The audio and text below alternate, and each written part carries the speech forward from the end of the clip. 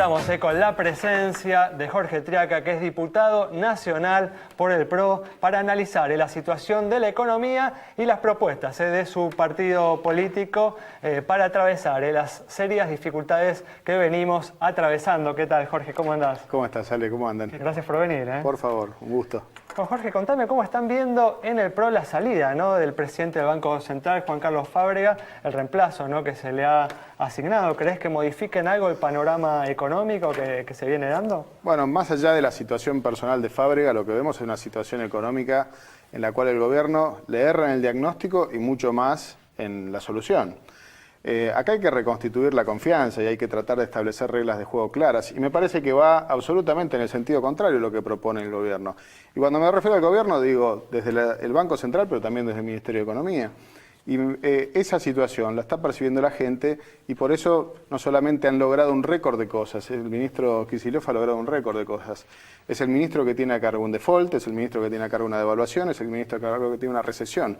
Hay pocos casos en los que un ministro ha logrado tantas cosas malas, ¿no? Y me parece que ese es uno de los ejemplos que vemos, por lo menos en el último año. ¿Pero crees que la salida de Juan Carlos Fábrega tiene que ver con un intento del ministro de Economía de seguir avanzando ahora también sobre el Banco Central y cambiar las políticas que se venían aplicando? Y yo creo que sí, yo creo que él encontraba restricciones en algunos criterios que establecía Fábregas, que por supuesto que tampoco resolvían la cuestión de fondo, ¿no? Porque tampoco ahora, porque se va Fábrega, lo tenemos que santiguar o que era el ancla de la racionalidad. Seguro que quizás pensaba las cosas distintas que Kicillof, pero también hay que ser conscientes que durante la gestión de Fábrega se fueron 3.000 millones de dólares de las reservas del Banco Central, que no han logrado resolver la cuestión de la credibilidad, que no han logrado resolver la cuestión de la defensa del valor de la moneda, que se refleja claramente en una inflación que está hoy más cercana al 40% que a lo que plantea el Gobierno Nacional en el presupuesto que nos ha mandado en las últimas semanas para el año que viene, que es alrededor del 14,5 o 15%, ¿no? Sí,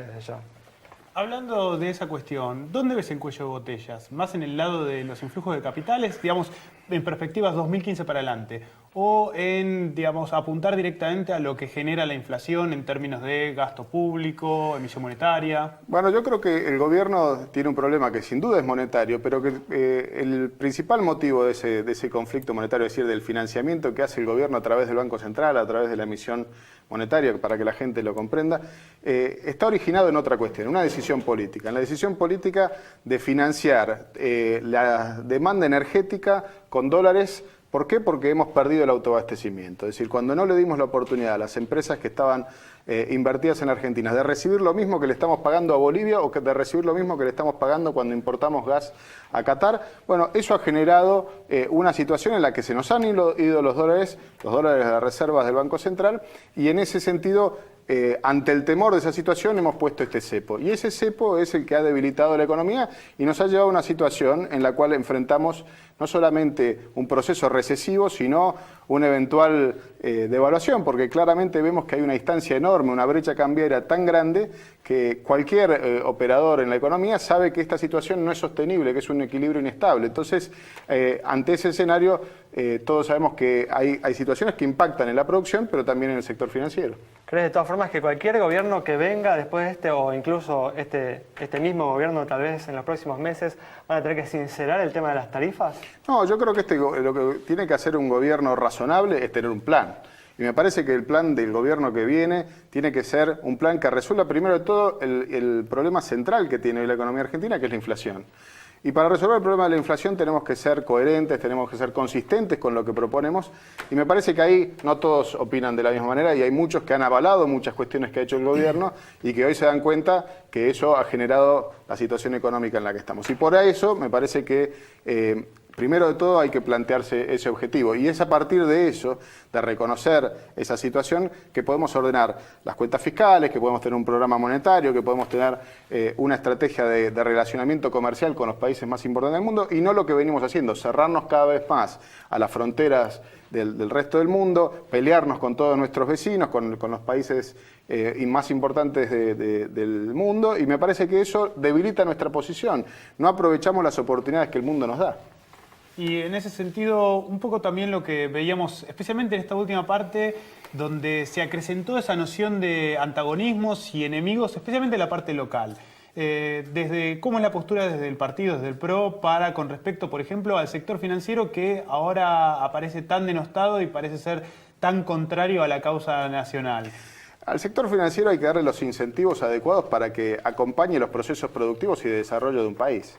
Y por supuesto que hay que tener los controles suficientes como para que no generen situaciones de debilidad económica, como ha pasado en algunas situaciones donde crisis en los sectores financieros han debilitado después los procesos económicos. Pero esa es la función que tiene que tener.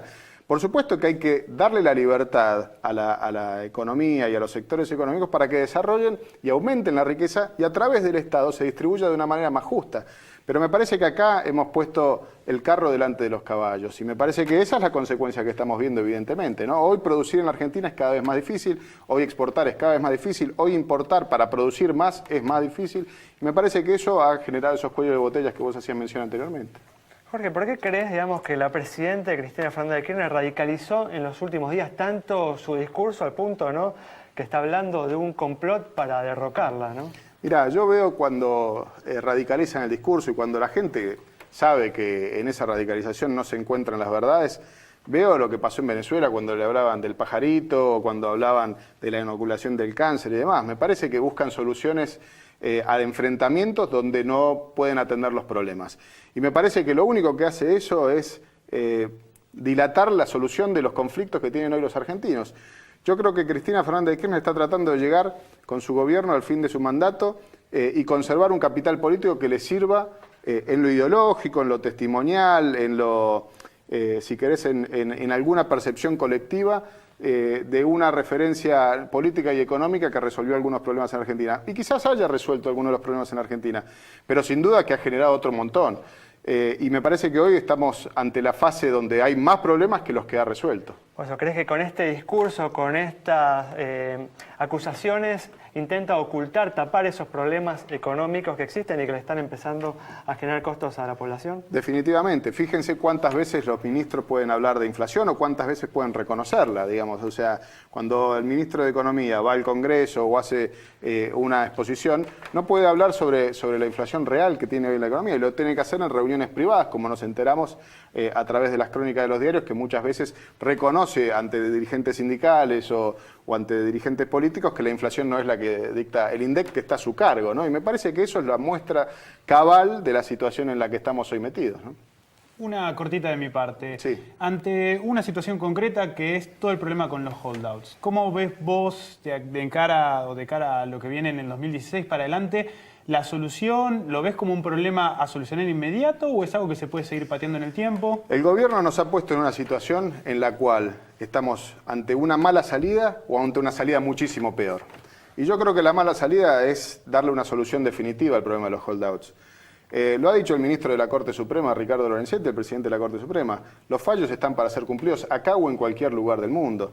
Y me parece que esa es la certeza que uno le da, no solo a los inversores, sino a todos aquellos que se quieren regir bajo la norma de la ley.